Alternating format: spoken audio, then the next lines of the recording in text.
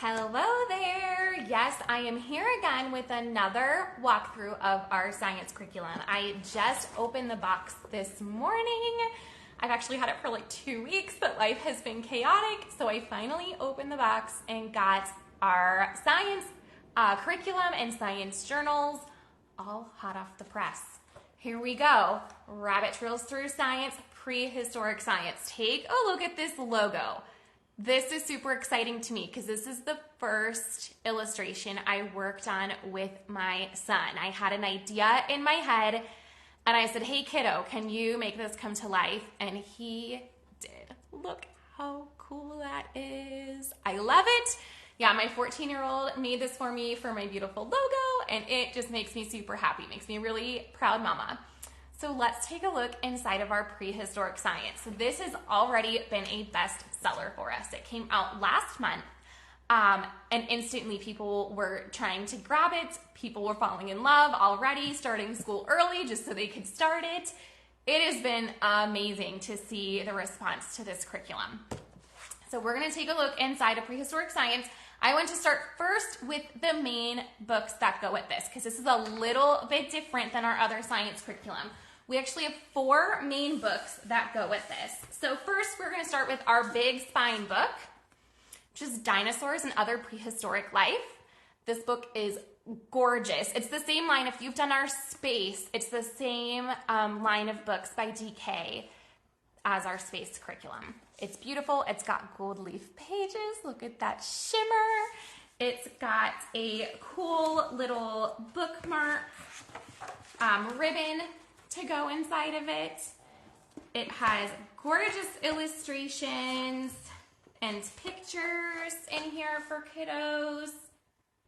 It is just super cool and super beautiful.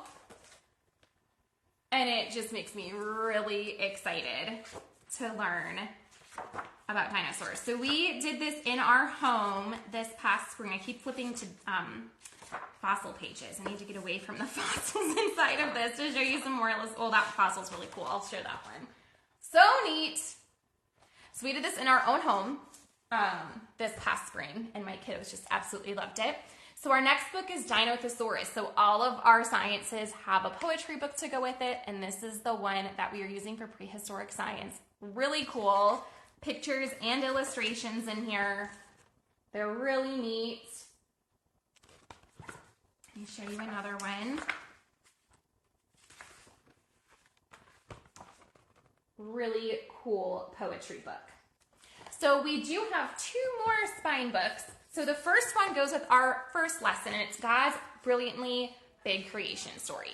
So a big part of this curriculum is apologetics. This was super important to us being a Christian company that there's so much out there, right? Our main book, this is obviously not going to be from a creation standpoint. Most science books you find are not, unless it's from another homeschool curriculum publishing company. Obviously, we can't use those since we are a different homeschool curriculum company. We're not going to be taking someone else's curriculum and using it for ours. That would be kind of weird, right?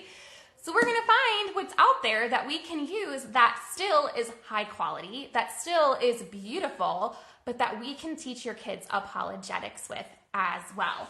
So that is why our first entire lesson is about the different theories of creation, especially within Christianity, because even as Christians, we have different viewpoints still. There is several different kinds of creation theories out there that are outside of evolution. And so we feel like that's important to be teaching our children. And then it gives us the opportunity as parents to say, this is what our family believes, and to really instill those beliefs in our children, because obviously that is super important. And that's a big reason why a lot of us homeschool in the first place, is we want to be able to share our beliefs with our children. So that's why we wanted something like this to be our first book. That is why we wanted it to be our first lesson of the curriculum. And then apologetics are sprinkled throughout this entire curriculum. So the entire time, everything's going to be pointing back to God and His creation. And then our 4th book is Dinosaur Lady. So another big part of this curriculum is learning about different paleontologists. And I love that a lot of them were women. So cool, because obviously when we talk about history, a lot of times they will shove what women did to the side. So we're pointing out a lot of women paleontologists, but all paleontologists in general. So every lesson will have some type of book suggestion or something pointing to the paleontologists that have helped us discover so much about dinosaurs. And I just love this book. It's gorgeous. I need to show you inside of this one a little bit too. Really cool illustrations. Something that really struck me, let me flip to the back of the book, was the glossary. I guess this was considered bone bits and fossil facts. I just loved the layout of that. And there is a timeline as well. And I just really love the way that these were done with the illustrations and just to make it a really part of the picture book, because a lot of times once you get to these pages in other books, they become kind of boring and kids don't want to look at them. But because they did these so beautifully, kids want to look at them. So I really love that part of this. So those are our main books. So let me tell you, oh no, if my computer, okay. Let me tell you exactly what the different lessons are. So there are 12 lessons inside of this curriculum, which means it's a 24-week curriculum. So you can have that take about a full school year, or you could do another shorter unit to fill up the rest of those weeks. It really just depends on how in depth you want to get, if you want to make some of these stretch a little bit longer, if you want to squish them and condense it and only do one lesson per week, however you want to do it. That's the beautiful thing with rabbit trails, is that while we have a sample schedule for you guys on the website, we don't make an actual curriculum schedule for you because we want you to do what works best for your family, because all families are different and we want you guys to have that flexibility. And since the lessons are laid out the way that they are, you have that freedom to do so. So the 12 different lessons are prehistory and God's creation, paleontology and fossils, prehistoric marine life, pterosaurs, the age of the dinosaurs, theropods, king of the dinosaurs, and this is where I'm going to start messing up words because they get into the long dinosaur words, sauropodomorphs, thyreophorans, ornithopods, I'm never going to be able to pronounce this one, margibacillifolians, and the Ice Age and prehistoric mammals. So I'm going to put a link for you guys down in the comments. You can look at these words yourself and try to pronounce them better yourself, because I did not rehearse them before I went live so that I would pronounce them correctly, because that's the cool thing, right? Our kids are going to rattle off these words like it's nothing, where we're going to be like, I don't know what that word means. So that's another beautiful thing, is we get to learn right along with our kiddos. So those are the different lessons. Let me show you guys inside of a lesson right now. So if you have seen inside of our other curriculum, it is put together the exact same way as those. So all of those books are repeated for you here. You will have a title here for your lesson. And then we are going to get into the lesson page. And so a little bit differently than some of our other lessons is this first one's going to start out with a legit lesson about those different theories of creation. Inside of the rest of the lessons, you will have your observation and journaling. So that is where you're going to go into the main book and learn something about those dinosaurs and have observation and journaling to go along with it. So this one just goes off of that norm a little bit with the first couple of lessons to learn about creation, to learn about paleontologists.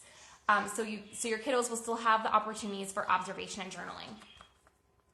We also have copywork here, and so the copywork's going to come out of our poetry book.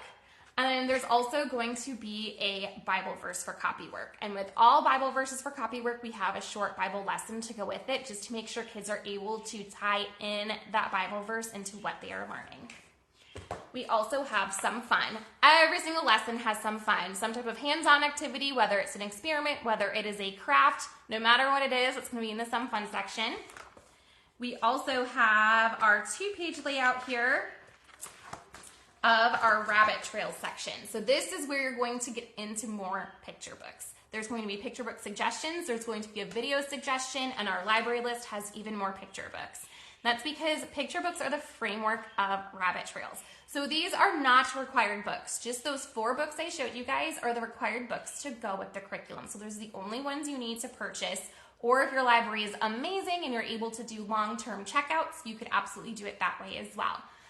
These are just suggestions. So if your library has them, great. If you're falling in love with them and you want to buy them, fantastic. But you don't have to buy all of these books. If your library has a different book that goes along with that topic, grab it instead.